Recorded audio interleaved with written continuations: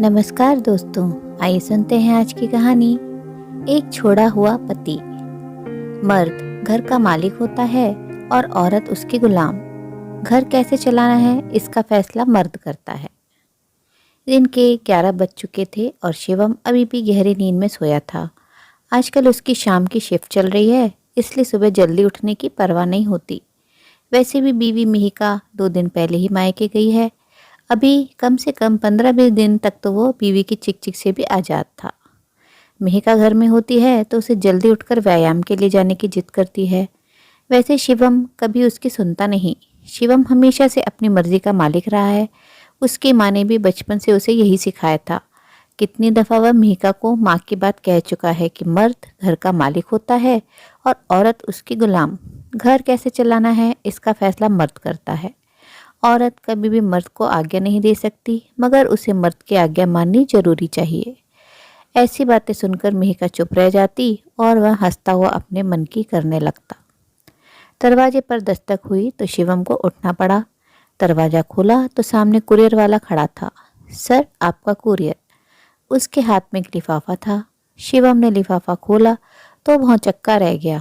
यह तो वकील का नोटिस था जिसे शिवानी द्वारा भिजवाया गया था। हड़बड़ाते हुए शिवम ने नोटिस पढ़नी शुरू की।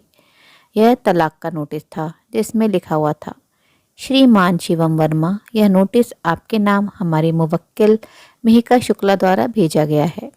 हमारी मुवक्किल मिहिका निम्न बातों पर आपको गौर कराना चाहती है। उन्होंने क्रम से कुछ घटनाओं का विवरण लिखा है और आपके जातियों ने उनके अधिकार छीने और वे घरेलू हिंसा की शिकार हुई। ऐसी तमाम घटनाओं के मद्देनज़र वे आपसे आजिज आ चुकी हैं और छुटकारा पाना चाहती हैं। नोटिस में विस्तार से कुछ घटनाओं का वर्णन था। ये घटनाएं शिवम के पुरुषवादी रवैये की पोल खोल रही थी। मिहिका ने क्रम से ये घटनाएं लिखी थीं। 15 फरवरी 2020। मिस्टर शिवम वर्मा यानी माननीय पति महोदय, आपको हमारी शादी के करीब 1 सप्ताह बाद की वह रात तो याद ही होगी। लॉकडाउन से 1 महीना पहले वैलेंटाइन डे के दिन जब हम हनीमून पर मनाली गए थे, तो उस दिन मैंने अपनी बहन द्वारा दिए गए तोहफे को खोला था। बहन ने चुपके से मेरे बैग में एक ड्रेस रख दी थी और मैं उसे पहनकर तैयार हो गई। ड्रेस कहीं से भी बेकार नहीं लग रही थी। स्लीवलेस जरूर थी मगर भद्दी नहीं थी। उस ड्रेस को पहनकर खुशी खुशी मैं अपने कमरे से बाहर निकली। आपने बुरा सा मुंह बनाया, अपने हाथ में पकड़ा हुआ अखबार नीचे फेंका और झकझोरते हुए मुझे यह कहते हुए वापस बाथरूम में धकेल दिया कि ऐसी ड्रेस पहनकर साथ चलने की बात सोचना भी मत। उस वक्त मुझे ऐसा लगा था जैसे मेरे वजूद पर ही सवाल खड़ा किया गया हो। क्या मुझे अपनी पसंद के कपड़े पहनने का हक भी नहीं मिलना चाहिए? क्या अपने हनीमून पर अपने पति के साथ भी मैं वेस्टर्न ड्रेस नहीं पहन सकती? नोटिस में एक और घटना का विवरण था। मिहिका ने हिंसा का आरोप लगाते हुए एक दिन क्या हुआ था इस बारे में विस्तार से लिखा था। 30 मार्च 2020। उस दिन मेरी तबीयत ठीक नहीं थी। मुझे उठने में देर हो गई। आप तो मेरे उठाने पर ही उठते हो, इस वजह से आपको ऑफिस जाने में देर हो गई। मैंने तबीयत खराब में भी जल्दी जल्दी नाश्ता बनाया, मगर आप झल्लाते हुए ऑफिस गए। शाम तक मुझे 102 डिग्री बुखार हो चुका था। मैंने फ़ोन करने की सोची, फिर रुक गई कि आपका मूड सही नहीं है। मैं दवा खाकर पूरा दिन सोई रही। शाम को दरवाजे की घंटी लगातार तेज आवाज़ में बजती सुन मैं हड़बड़ा कर उठी और चक्कर खाकर गिर पड़ी। किसी तरह लड़खड़ाते हुए मैंने दरवाज़ा खोला। मेरी तरफ एक पल को भी देखे बगैर आपने मुझे धक्का दिया और चिल्लाते हुए घर में घुसे। अपना बैग बिस्तर पर पटकते हुए चीखने लगे, दरवाज़ा खोलने में इतनी देर लगती है, पता नहीं क्यों पूरे दिन बिस्तर तोड़ती रहती है। मैं थक हार कर ऑफिस से लौटता हूँ और एक तुम हो कि दरवाज़ा भी नहीं खुलता। अब मुँह क्या देख रही हो, पानी लाओ। उस वक्त मुझे खुद पर कितना तरस आया यह केवल मैं ही जानती हूँ। तुमने एक नज़र भी मेरे मलिन पड़े चेहरे की तरफ नहीं डाली। मेरी तकलीफ तुम्हें दिखाई ही नहीं दी। तुमने यह सोचने की कोशिश भी नहीं की कि मैं आज इतनी सुस्त क्यों हो रही हूँ। तुम्हारे लिए मैंने चाय बनाई मगर खाना बनाने की हिम्मत नहीं हुई। तुम्हें कुछ कहने का भी दिल नहीं किया। मैं जाकर सो गई और तुमने रात में खाना न मिलने पर फिर से हंगामा कर दिया। मेरा हाथ पकड़कर खींचते हुए तुम थप्पड़ लगाने ही वाले थे, मगर हाथ गर्म देखकर रुक गए। ये कैसा रिश्ता है हमारा, जहाँ पति को अपनी पत्नी की तकलीफ भी नहीं दिखती। यह बात अलग है, अगले दिन से ही लॉकडाउन हो गया और तुम मेरे चाय ब्रेड खिलाने के लिए घर में थे। मगर आज सोचती हूँ यदि उस समय मुझे वायरल बुखार के बजाय कोरोना हुआ होता तो तुम मेरी क्या हालत करते। 10 मई 2020। इस दिन मैंने तुमसे बिना पूछे घर के पर्दे बदल दिए थे, जिन्हें कुछ दिन पहले ही खरीदे थे। तुमने उन पर सरसरी नज़र डाली और कोने में पटक दिया। मुझ पर चिल्लाते हुए तुमने कहा था, इतने चटकीले रंग के पर्दे मेरे घर में नहीं लगेंगे। उस दिन मैं पूछना चाहती थी, क्या यह घर केवल तुम्हारा है? मैं यहाँ मेहमान हूँ, यह मेरा घर नहीं है। मगर हमेशा की तरह मुझे तुमसे कुछ भी पूछने या बताने की इच्छा नहीं हुई। मैं अपने कमरे में जाकर बैठ गई। मेरी आंखें छलछलाई थी, मगर तुम अपने अहम के नशे में गुम थे। 30 मई 2020। याद करो, उस दिन शाम 7 बजे मैं हंसती मुस्कुराती अपनी सहेली से बातें करके मुड़ी और तुमने मेरे गाल पर एक थप्पड़ जड़ दिया। चीख पड़े थे तुम। मेरी गलती इतनी सी थी कि मैंने अपनी सहेली से उसके पति की तारीफ कर दी थी। तुम्हारे अंदर जलन की आग ऐसी भड़की कि तुमने आगे पीछे सोचे बगैर मुझ पर हाथ उठा दिया। तुम्हें लगता है कि मैं तुम्हारी तारीफ करती रहूं, जबकि तुम मेरी खुशी की कोई कदर नहीं करते। मेरी सहेली नीलू का पति हमेशा नीलू की पसंद और उसकी खुशी को तवज्जो देता है। ऐसे में मैंने उसकी तारीफ करके क्या गलत कर दिया था? 12 जून 2020। इस दिन अपनी माँ की शय पर तुमने मेरी बाह मरोड़ दी। कई दिनों तक मैं इस दर्द से परेशान रही। वजह सिर्फ इतनी ही थी कि मैं तुम्हारी शर्ट के बटन टाकना भूल गई, जबकि उस दिन तुम्हारी जूम मीटिंग थी। पर क्या इतनी सी बात पर तुम मेरे साथ इतना दुर्व्यवहार करोगे? लॉकडाउन में तुम भी तो पूरे दिन घर में बैठे रहते हो। ऑफिस का काम तो मुश्किल से 3-4 घंटे करते हो। बाकी समय कभी दोस्त, कभी टीवी, तो क्या कभी बीवी का हाथ बटाना जरूरी नहीं? सच तो यह है कि तुम्हारे लिए दूसरी सभी चीज़ें महत्वपूर्ण हैं सिवाय हमारे रिश्ते के। तो फिर इस रिश्ते को डोटे रहने की मजबूरी कैसी? खत्म करते हैं ना इस रिश्ते को। 28 जून 2020। इस दिन आपने मेरी औकात समझाई थी। आपने बताया था कि मुझे औरत होने का धर्म निभाना है। आपको एक बेटा देना है, बेटी नहीं। बेटी की तो आपके जीवन में कोई अहमियत ही नहीं है। बेटा पैदा करना बस मेरे ही हाथ में तो है।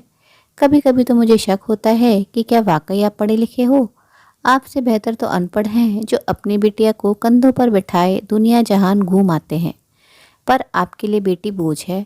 आपको तो सिर्फ बेटा चाहिए। जाने कैसी रूढ़िवादी मानसिकता में जकड़े हुए हो आप कि जब साथ चलती हूँ तो एक अजीब सी जकड़न का एहसास होता है। अब आज़ादी चाहती हूँ मैं आपसे, आपकी धौंस भरी बातों से, आपके पुरुषवादी व्यवहार से। 10 जुलाई 2020। उस दिन शाम को सब्जी काटते हुए मेरा हाथ कट गया था। मेरे दाहिने हाथ में पट्टी बंधी थी, मगर आपको कोई परवाह नहीं हुई कि मैं खाना कैसे बनाऊंगी। पिछले 2 महीने से मैं आपको पसंद की चीज़ें बना बना कर खिला रही हूँ ना। फिर क्या आप एक दिन मेरे लिए कुछ बना नहीं सकते थे?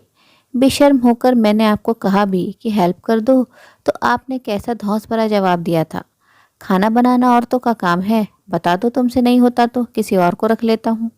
आपका जवाब सुनकर मैं बिल्कुल चुप रह गई थी।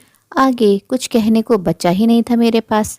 मैंने सोचा था कि लॉकडाउन के इस समय में आपके साथ ज़्यादा वक्त बिता पाऊंगी, ज़्यादा बेहतर ढंग से समझ सकूंगी आपको, ज़्यादा करीब आ पाऊंगी। मगर अफसोस, करीब आने के बजाय हमेशा के लिए दूर हो जाना चाहती हूँ, क्योंकि लॉकडाउन के इन दिनों में बेहतर ढंग से समझ लिया है मैं ऐसे शख्स के साथ कतई नहीं रह सकती जिसके लिए रिश्तों का कोई अर्थ नहीं, जो अपने जीवन साथी की तकलीफ न समझ सके, उसे बराबरी का दर्जा न दे सके, उसकी खुशियों का ख्याल न रख सके, उस पर विश्वास भी न करे और न ही उसे अपनी ज़िंदगी में कोई अहमियत ही दे सके। शिवम बिस्तर पर लुढ़क गया। कागज छूटकर नीचे जा गिरा। उसे आज रोशनी भी चुभने लगी थी। उसने जल्दी से अपने चेहरे को तकिए से ढक लिया। आज पहली दफ़ा किसी ने उसे आईना दिखाया था और अपनी सूरत देखकर उसे शर्म आ रही थी। उसे मिहिका के साथ बिताए एक एक पल याद आने लगे थे। वे पल जब मिहिका के साथ ने जीवन को आनंद से भर दिया था। उसे याद आ रहा था कैसे सुबह से शाम तक मिहिका उसके और घर के कामों में लगी रहती थी। मिहिका को तो हमेशा मुस्कुराने की आदत थी, तो क्या वाकई वह इतना स्वार्थी और घमंडी था जिसने मिहिका की हंसी छीन ली? शिवम बार बार उस कागज में लिखी बातें पढ़ने लगा। उसमें लिखी हर घटना उसकी आंखों के आगे सजीव हो उठी। वाकई मिहिका ने जो भी लिखा था वह 100% सही था। मगर जब घटनाएं हो रही थी उस वक्त शिवम ने कभी भी मिहिका की नज़रों से नहीं सोचा था। मिहिका जो उसकी जीवन साथी है कितनी दुखी थी और शिवम को इस बात का एहसास भी नहीं था। उसने कभी यह सोचा ही नहीं था कि मिहिका इस तरह सब कुछ छोड़कर भी जा सकती है। उसे तो मिहिका की आदत हो गई थी, उसके बिना घर में कितना अकेला हो जाएगा। एक छोड़ा हुआ पति कहलाएगा, दोस्त पीठ पीछे उसका मजाक उड़ाएंगे। ऐसा कितनी ही बातें शिवम के जहन में घूमने लगी। मिहिका के यूं मुंह मोड़ने से उसकी ज़िंदगी कितनी बदल जाएगी। पहले तलाक की भागदौड़ और परेशानियां, और फिर मिहिका संपत्ति में से भी तो हिस्सा मांगेगी, उसे गुजार भत्ता भी देना पड़ेगा। तलाक के बाद दूसरी शादी की टेंशन भी रहेगी। शिवम को अपनी कलीग कुलदीप याद आया। तलाक के बाद बहुत मुश्किलों से उसे दूसरी दफ़ा कोई ढंग की दुल्हन मिल पाई थी, मगर वह भी फ्रॉड निकली। शिवम सोफे के कोने में बैठ गया। एक सीधी सादी पढ़ी लिखी पत्नी को गंवाने के बाद कहीं वह भी परेशानियों के भंवर में न फंस जाए। मिहिका में कोई कमी नहीं है, यह तो सचमुच उसका खोखला घमंड था, पुरुषवादी रवैया था, जिसकी वजह से उसकी शादीशुदा जिंदगी बर्बाद होने वाली थी। शिवम रात भर करवटें बदलता रहा। वह लगातार यही सोचता रहा कि मिहिका को तलाक न देने के लिए कैसे राजी किया जाए। अगले दिन सुबह उठते ही उसने मिहिका को फ़ोन लगाया और एक दफ़ा मिलने की इच्छा जाहिर की। किसी तरह मिहिका तैयार हो गई। मिहिका का मायका लखनऊ में था। शिवम ने सुबह सुबह बस ली और कानपुर से लखनऊ के लिए रवाना हो गया। मिहिका ने उसे मॉल में मिलने बुलाया। मिहिका का हाथ थाम कर शिवम ने कहा, बस एक मौका दे दो मुझे मिहिका, तुम्हारी हर शिकायत दूर कर दूंगा। तुम्हें खोने के एहसास ने ही मुझे मेरी औकात समझा दी है। मिहिका, बस एक मौका दे दो अपने पति को, फिर जो चाहे कर लेना। तुमने मुझे आईना दिखा दिया है, यकीन रखो मैं चेहरा बदल लूँगा, बस तुम्हारा साथ नहीं खो सकता। मिहिका ने सोचा भी नहीं था कि शिवम इस तरह उससे माफ़ी मांगेगा। एक मौका तो हर अपराधी को दिया जाता है, आपको भी दे दूंगी, पर ध्यान रखना मौके बार बार नहीं मिलते। मुस्कुराते हुए मिहिका ने कहा तो शिवम ने बढ़कर उसे गले से लगा लिया। मिहिका के द्वारा भेजे गए एक नोटिस ने उसकी जिंदगी की दिशा ही बदल दी थी। शिवम को सबक मिल चुका था कि वह तुलसीदास की रामचरितमानस की चौपाइयों पर भरोसा करके सुखी जिंदगी नहीं जी सकता। मिहिका उनमें से नहीं है जो सिर पर पल्लू ढांक कर प्रवचनकर्ताओं की उलझुल बातें मान ले। वह एक बराबरी का हक रखने वाली पत्नी है, ताड़न की अधिकारी नहीं। उम्मीद है दोस्तों कहानी पसंद आई होगी। कहानी अगर पसंद आई हो तो अपने मित्रों और प्रियजनों के साथ भी शेयर जरूर करें। दोस्तों आपसे अनुरोध है, अगर आप चैनल पर नए हैं तो ऐसी ही नई नई जीवन से जुड़ी कहानियां सुनते रहने के लिए चैनल को सब्सक्राइब जरूर करें। कहानी अंत तक सुनने के लिए आप सभी का दिल से बहुत बहुत शुक्रिया। तो फिर मिलते अगली कहानी में, तब तक के लिए अपना ध्यान रखिए, खुश रहिए, ऐसी ही कहानियाँ सुनते रहिए।